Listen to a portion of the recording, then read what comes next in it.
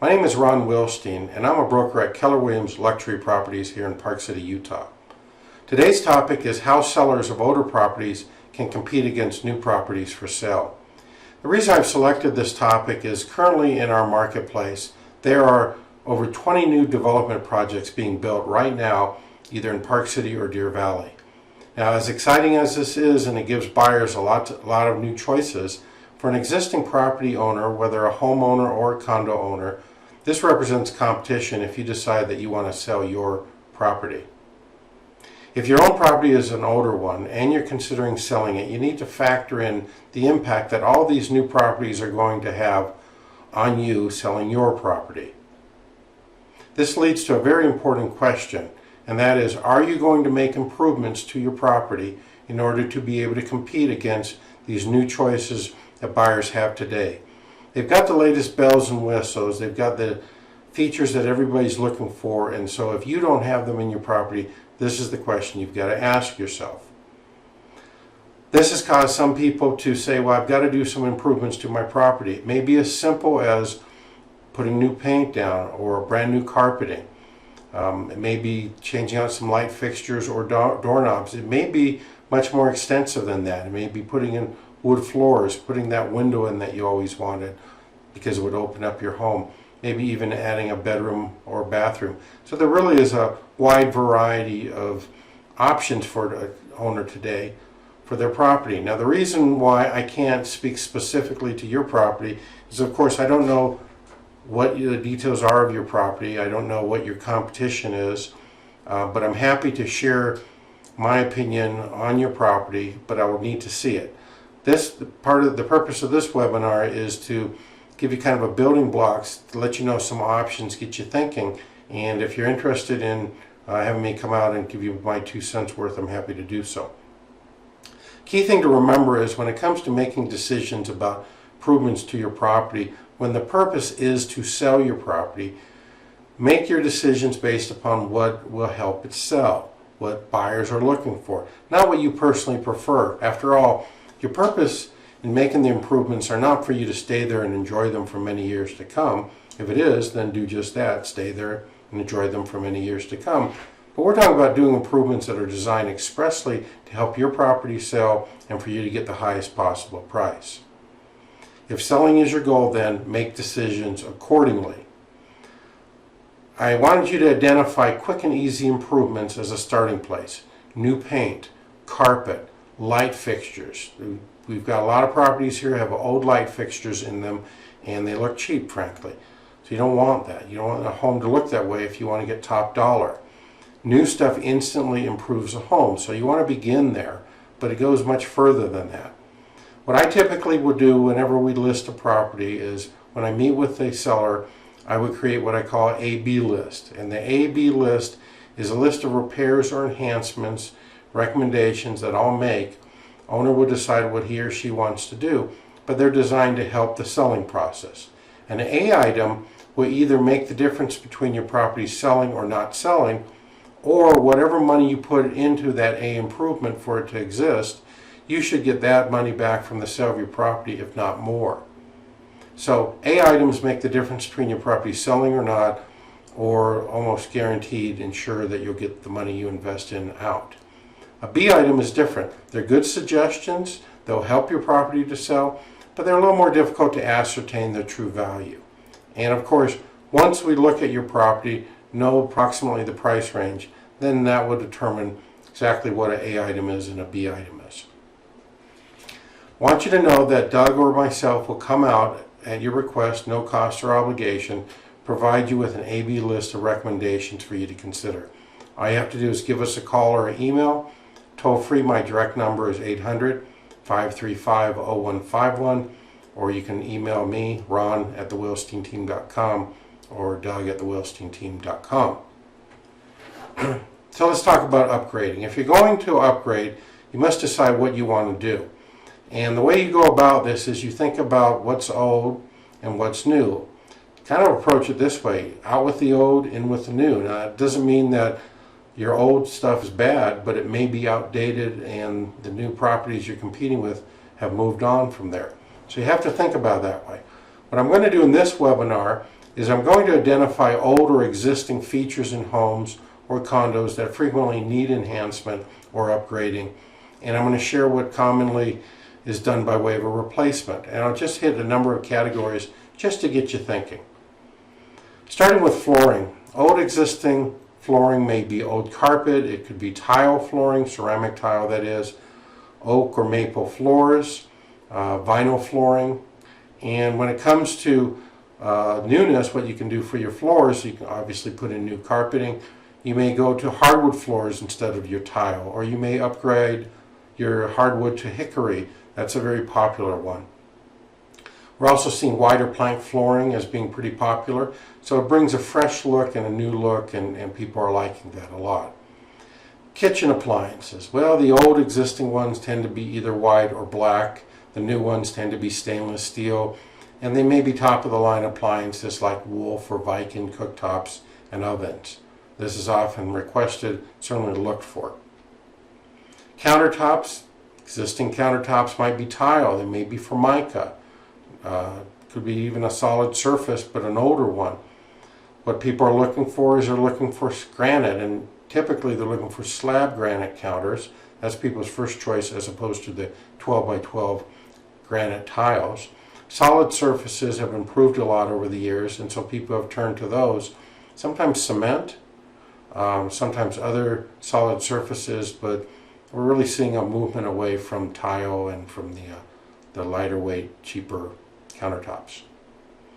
Cabinets. Old cabinets might be pine, oak, maple. Could be a solid laminate. Today, people are seeing cherry, they're seeing hickory, they're seeing alder. They may be seeing solid surfaces now that are a little bit more of a European look. Totally changes the feel of a home. Doors and door hardware.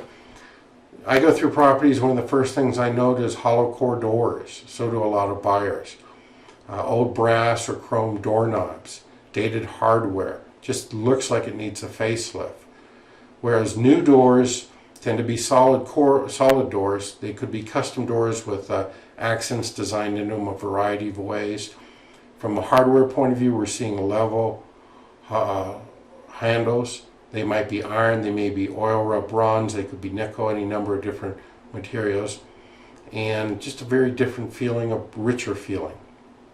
Fireplaces. Old fireplaces, existing fireplaces, sometimes we walk into properties that are surrounded with tile or slate. Slate's not uncommon. Even metal fascias, could be copper. Copper's usually the one that we see that's dated. The newer ones, stone or rock. We see slab granite at times. Just a newer, fresh look that you might consider to enhance a fireplace. Technology is a huge addition that we're seeing in properties. In the past, our technology was old intercoms, most of which don't work anymore. In fact, they never worked that well to begin with. If they're speakers for the TVs or the sound system, they're large. The cabinets were deep to hold those deep TVs that are outdated. You can't even buy them anymore. Today, there's iPod systems that are integrated throughout the house. There's flat walls for TVs because everybody has flat screen TVs. They have smart TVs that have internet hooked up to it. And so you need Wi-Fi, you need modems, you need routers, wireless speakers. Of course, small units are very common and built-in. So the technology has changed a lot. Now, do you need to upgrade all your technology to sell your property? Not necessarily, but it is what people are looking for. It is what they're seeing in the new choices that are available to them. And so you've got to give it some consideration. Lighting. Old light fixtures are famous in properties. Brass, chrome, those old round bulbs in the fixtures look very cheap. Everybody knows what they look like because everyone's had them in their property.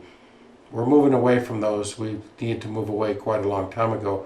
So you want to look for new fixtures. You want brush, nickel or brushed steel, oil rub bronze. It's just a totally different look and one with a bit more class.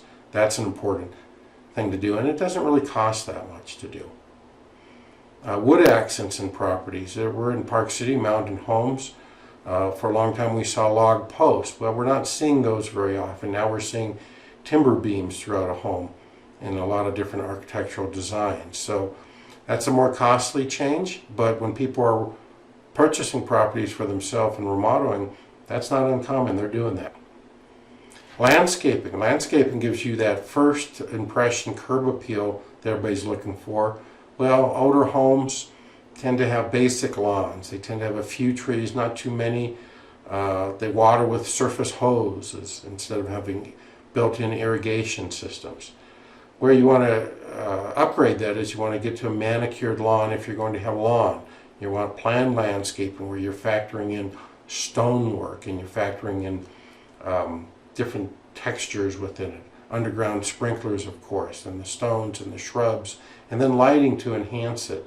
These are all things that will instantly improve the appearance of a property, and buyers spot that right away. They like it.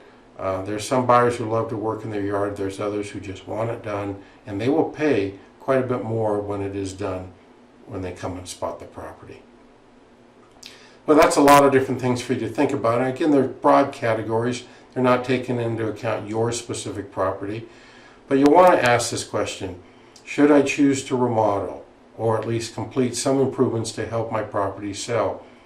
All that new inventory coming online, a variety of price ranges I might add.